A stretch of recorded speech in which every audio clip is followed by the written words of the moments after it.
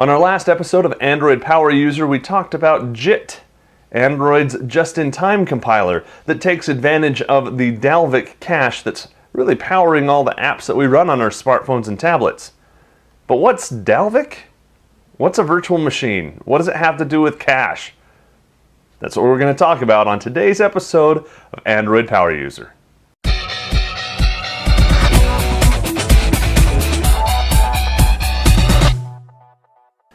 Dalvik is a word that gets thrown around quite a bit when we're talking about custom ROMs, sometimes even when we're talking about stock ROMs, and particularly when we're upgrading those stock ROMs from one version of the OS to the next.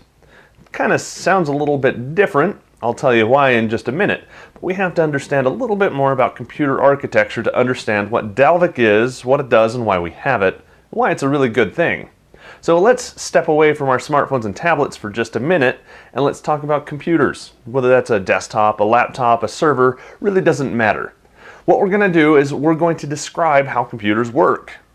I know this isn't the computer power user, this is Android power user, but stick with me. Computers are made up of physical components. That might be your CD-ROM drive or Blu-ray player. It might be your video card or your sound card. Any one of these things. Today we've got a lot of stuff integrated onto the motherboard, so it doesn't look like you've got a lot of discrete components, but you do.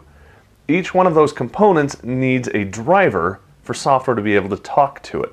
That driver essentially bridges the gap between the software world, asking for stuff to be done when you type on the keyboard or click on the mouse, and the physical world, when you actually want it to do something with that Blu-ray player or make some sound, for example.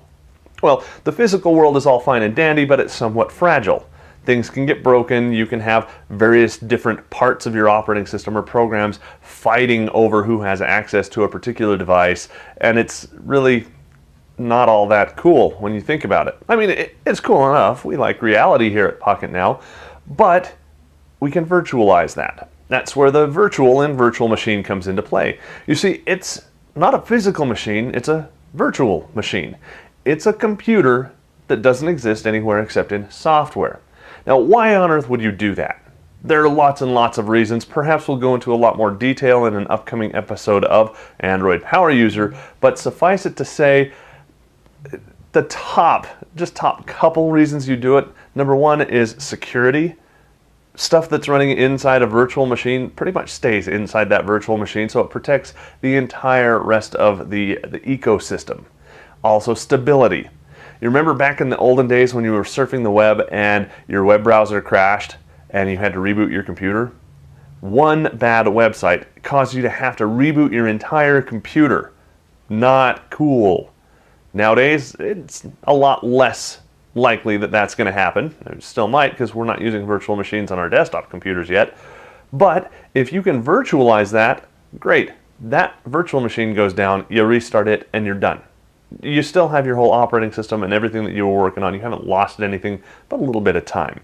So, two advantages. Now, that's not exactly the way the Dalvik VM works in Android, but it's just giving you kind of an introduction to the way VMs work in general. So Dalvik, it sounds kind of interesting, the name. Where did it come from? Well, Dalvik is an open source project written by, let me get this right, Dan Bornstein. According to one of his journals, he named it Dalvik because he has some ancestors who lived in a fishing village in Iceland. You guessed it, the name of that fishing village? Dalvik, and I'm probably pronouncing that wrong, so all of you who are watching from Iceland, I apologize. Doing the best I can here. So that's why it's named the way it is. So how does an Android app work with the Dalvik cache? Well, I'm going to read a little bit of this so I don't get it completely wrong. It's a little bit complex, but I think you'll understand when I get through with it. When you write an app for Android, you write it in Java. That Java is then compiled into bytecode. From there it's converted into a JVM-compatible .class file. Now, Java applications, they all run in a virtual machine. It's the JVM. So Dalvik is a JVM, just not the JVM. Does that make sense? So what happens next? We take that .class file and we convert that into a Dalvik compatible DEX file. That's a Dalvik executable for those of you keeping track of the file extensions here. Once that's done, then they're installed on your Android. Pretty simple. And then, of course, you open them and they're executed on your Android inside the Dalvik VM. Sounds great, but there's one step missing there. Okay, let's go back just a minute. Why do we want to do that extra step? Well, the Dalvik executable format is quite a bit more compact than the .class file for the JVM, which means it takes up less space on memory-constrained devices. It runs in less memory space than regular .class files, and it's usually a little bit more processor-friendly than some of those .class files are. So that's Dalvik and the Dalvik VM. But what about that Dalvik cache we're always hearing about? Specifically, when you install a new ROM on your phone, we're talking custom ROMs here primarily, a lot of times the instructions say that you should wipe your cache. Well, a lot of that is referring to the Dalvik cache. So what is that? That takes us back to our JIT episode that we watched last week. If you haven't watched that yet, I'll have a link at the end of this episode so you can. Essentially what happens is these are essentially uncompiled applications. Oh, they have some compilation done to them. They're not just raw code. Sometimes they are. Gets a little bit interesting there, doesn't it? But they're not compiled, ready to run.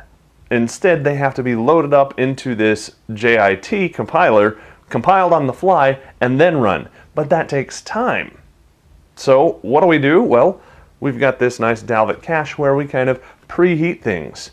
We optimize the apps so that they can run faster on first execution, and we do that through something called, if I can find it here, the Dalvik VM. It inspects all of your apps and it creates a tree of dependencies. And once it's got that done, it stores it into your Dalvik cache. That enables your apps to run more efficiently. They're optimized for the environment. Of course, the different apps that you have installed means that your cache is going to be different than everybody else's cache. So there's not just a single cache out there. Everybody's cache is different. So that's all kinds of great, but it does explain why your phone takes a bit longer to boot up the first time after you've installed a new ROM or updated your existing ROM. It's rebuilding that cache. It's rebuilding that tree of interdependencies because, well, things have changed. You've got a new ROM on your phone now. So it rebuilds that cache for you. Wiping the cache means you're going to have a nice clean slate for all of that new information to go into and can prevent some problems. So make sure you wipe every time you install a new ROM. Alrighty then. So does this have anything to do with odexed and deodexed files? Yes.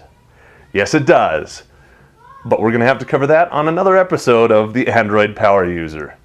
If you liked learning about this stuff, please give the video a big thumbs up. If you want to make sure you don't miss out on any of our future videos and all the extra learning that we're going to be doing there, make sure you hit the subscribe button. We'll have a link to that at the end of the video as well. If you've got questions or comments, would like to contribute to the discussion, if you're watching this video on YouTube, make sure you click the link right down there to go over to pocketnow.com and leave your comments on the article associated with this video, where I've got a nice little summary of everything that we've talked about here today. If you're already on pocketnow.com, thank you. Go ahead and leave those comments right down below. That's all the time we've got for today. I'm Joe Levi. This is Pocket Now. Thanks for watching.